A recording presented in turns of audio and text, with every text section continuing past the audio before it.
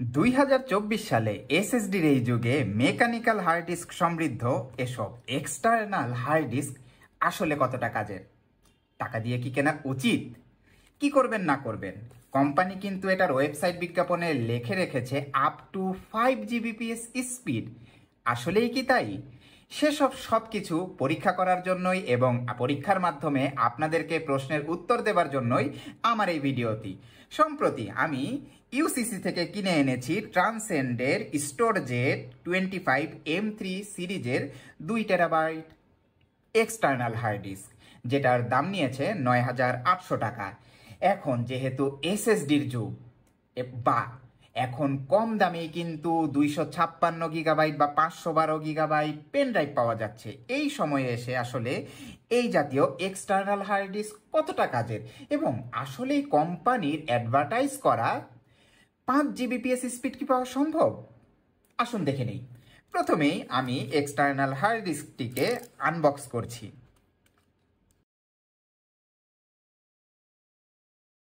ইতোমধ্যেই কিছু কথা বলে নেই। আমার এই টেক স্টেশন চ্যানেলে আমি নিয়মিত আমার লাইফ বলতে টেক লাইফের বিভিন্ন অভিজ্ঞতা, প্রোডাক্ট টেস্টিং, আনবক্সিং, বিভিন্ন সমস্যা এবং সেটার সমাধান আমি কিভাবে করছি সেগুলা নিয়মিত আপনাদের সাথে শেয়ার করব। আপনাদের যদি এসব বিষয়ে আগ্রহ থাকে তাহলে আমার চ্যানেলটিকে সাবস্ক্রাইব করে রাখবেন। তাহলে কিন্তু আপনাদের ইউটিউব হোম পেজে নিয়মিত আমার আপলোড করা ভিডিওর আপডেট পেয়ে যাবেন। হ্যাঁ, এটা হচ্ছে সেই এক্সটার্নাল হার্ড ডিস্কটি। এটার ওজন হচ্ছে মাত্র 185 গ্রাম। সুতরাং এটা আপনি আসলে ব্যাগে রাখলে বুঝতেই পারবেন না, এবং সাইজটা যেহেতু খুবই ছোট, আপনি চাইলে এটি পকেটে নিয়েও ঘুরতে পারবেন। ওকে, এখানে দেখা যাচ্ছে সেই পুরাতন USB 3 টাইপ বি, এবং এই পাশে রয়েছে USB A। আমি কেবলটিকেও আনবক্সিং করে নিচ্ছি। এটার দৈর্ঘ্য কিন্তু বেশি একটা বড় না।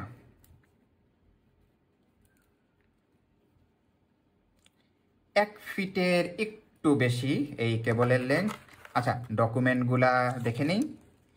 আপনারা কিন্তু ইউসিসি থেকে নির্দ্বিধায় এই হার্ড ডিস্কটি কিনে ফেলতে পারেন। আমি আমার এই ভিডিওর ডেসক্রিপশনে ট্রান্সেন্ডের অফিসিয়াল দারাজ শপের লিঙ্ক দিয়ে দিচ্ছি। আপনারা চাইলে নির্দ্বিধায় সেখান থেকেও কিনে নিতে পারেন, অথবা আপনি যদি দেশের বাইরে অবস্থান করে থাকেন তাহলে চাইলে অ্যামাজন থেকেও প্রোডাক্টটি চেক করে নিতে পারেন। সবগুলো লিঙ্ক ভিডিওর ডেসক্রিপশনে দেওয়া আছে। ওকে, এসব কাগজপত্র কোনো কাজের না।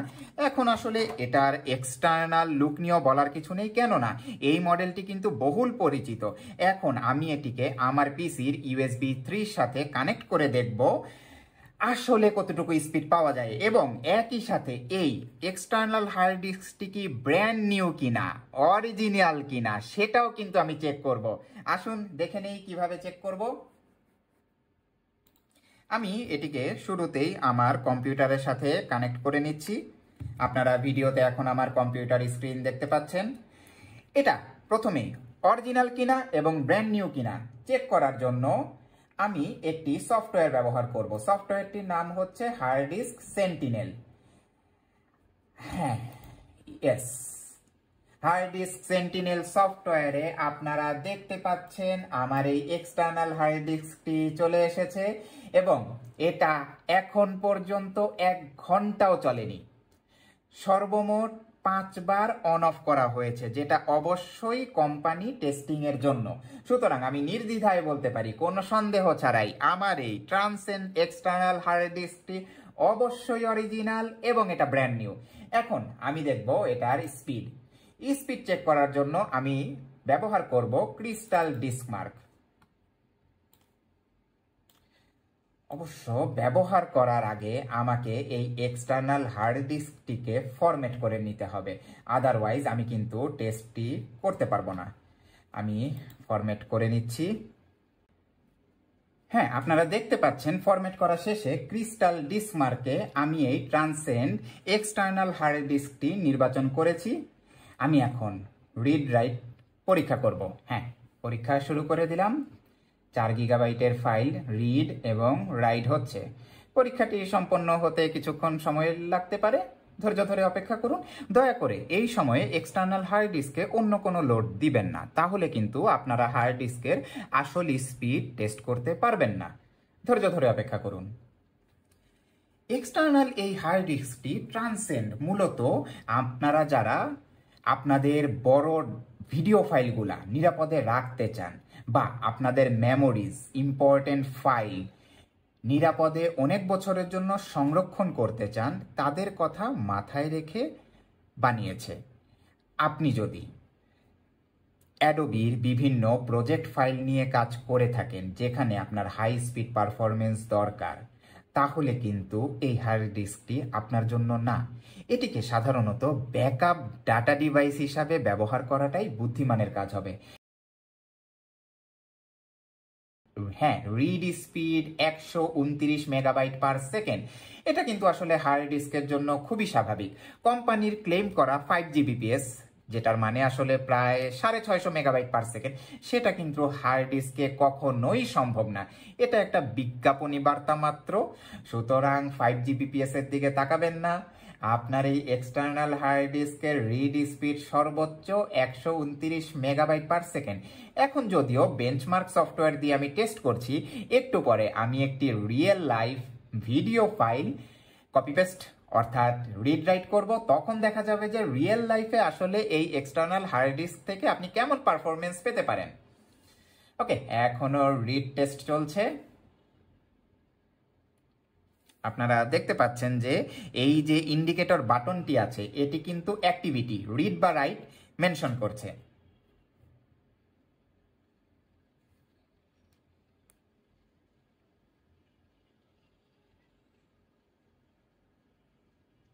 হ্যাঁ, রাইট স্পিড রেজাল্টও চলে এসেছে এবং আমি বলবো এটা কিন্তু সন্তোষজনক।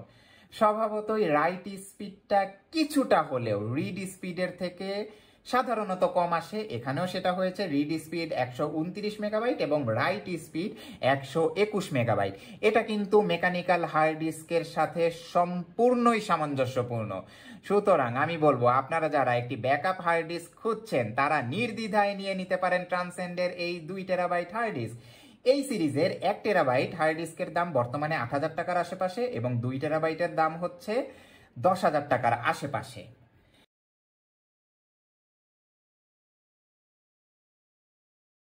আপনারা চাইলে ইউসিসি কিংবা দারাজের অফিসিয়াল ট্রান্সেন্ড স্টোর থেকে হার্ড ডিস্কটি কিনতে পারেন। সব কিছুর লিঙ্ক আমার এই ভিডিওর ডেসক্রিপশন বক্সে পেয়ে যাবেন।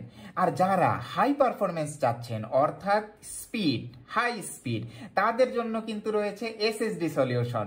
তবে ভাই, এসএসডি সলিউশনে 2 টেরাবাইটের দাম কিন্তু প্রায় 19-20 হাজার টাকা। সুতরাং দাম যেমন মান তেমন, বুঝে নেবেন। ওকে, এখন আমি দেখব রিয়েল লাইফ টেস্ট। রিয়েল লাইফে একটা 4 গিগাবাইটের ভিডিও ফাইল প্রথমে আমি রাইট করব, দেখব যে আসলেই আমি 121 মেগাবাইট স্পিড পাই কিনা। ওকে, আমি এই টেস্টটি বন্ধ করে দিলাম। আমি ভিডিও ফাইলে চলে যাচ্ছি। বাই দ্য ওয়ে, আমার পিসিতে আমি যেই এসএসডি থেকে ফাইলটি রিড করাবো সেটা কিন্তু স্যামসাং এর একটা NVMe 970 ড্রাইভ। সুতরাং সেই স্যামসাং NVMe এর স্পিড কি কম না বেশি সেটা নিয়ে আপনাদের কোনোই চিন্তা করতে হবে না। আচ্ছা, প্রথমে আমি ফাইলটি রাইট করাবো।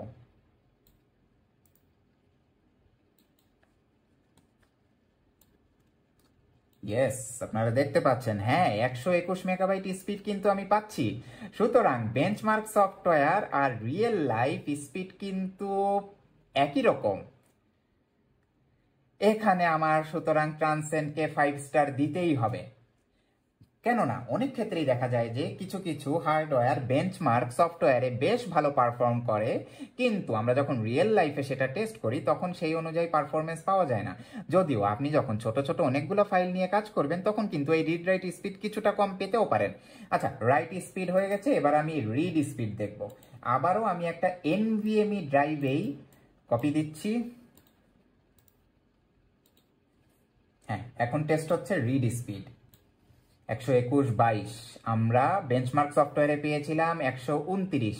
যাই হোক, খুব বেশি এদিক সেদিক নেই, আমি 120 মেগাবাইটের উপরে কনস্ট্যান্ট স্পিড পাচ্ছি।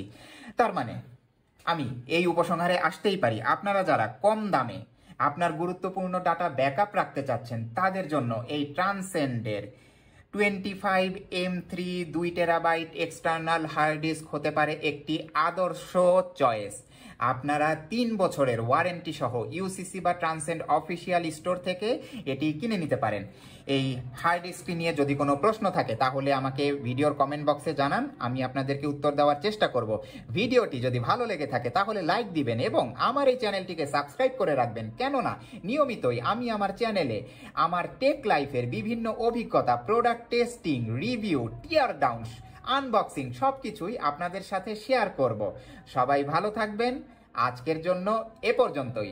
সবাইকে ধন্যবাদ।